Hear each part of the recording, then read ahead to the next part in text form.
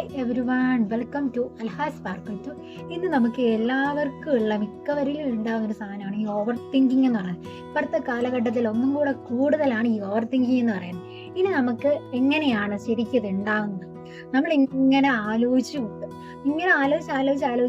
ആ സംഭവം ഇല്ലാത്ത സംഭവത്തെ പോലും നമ്മൾ അങ്ങനെ ആക്കി മാറ്റുന്ന ഒരു സാധനമാണ് ഈ ഓവർ തിങ്കിങ് എന്ന് പറയുന്നത്. ഇതിൽ നെഗറ്റീവായിട്ട് ബാധിക്കുന്ന സാധനമാണ്. ഞാൻ ഇങ്ങനെ കുഞ്ഞിലൊക്കെ ഇങ്ങനെ എന്നെക്കൊണ്ടൊന്നും പറ്റില്ല, ഇങ്ങനെ തിങ്ക് ചെയ്ത് ഇങ്ങനെ കൂട്ടും. ഇപ്പൊ നമ്മളിങ്ങനെ പറയാണ്, ഒരു പാമ്പ് വന്നാൽ ഒരു പട്ടി വന്നു, ആ പട്ടി ഇപ്പൊ എന്നെ കടിക്കും, എന്നെ ഇപ്പൊ കടിക്കും. ലാസ്റ്റ് ആ പട്ടി വേറെ വഴി ഇങ്ങനെ പോകായിരിക്കും, ആ ഡോഗ് വേറെ എന്തെങ്കിലും ഒരു കാര്യത്തിന് പോകായിരിക്കും. പക്ഷെ നമ്മൾ അതിനെ അട്രാക്ട് ചെയ്ത് ലാസ്റ്റ് നമ്മളെ കടിക്കാൻ വേണ്ടി അത് ഓടി വരുന്നിടം വരെ നമ്മൾ ഓവർ തിങ്ക് ചെയ്താക്കും.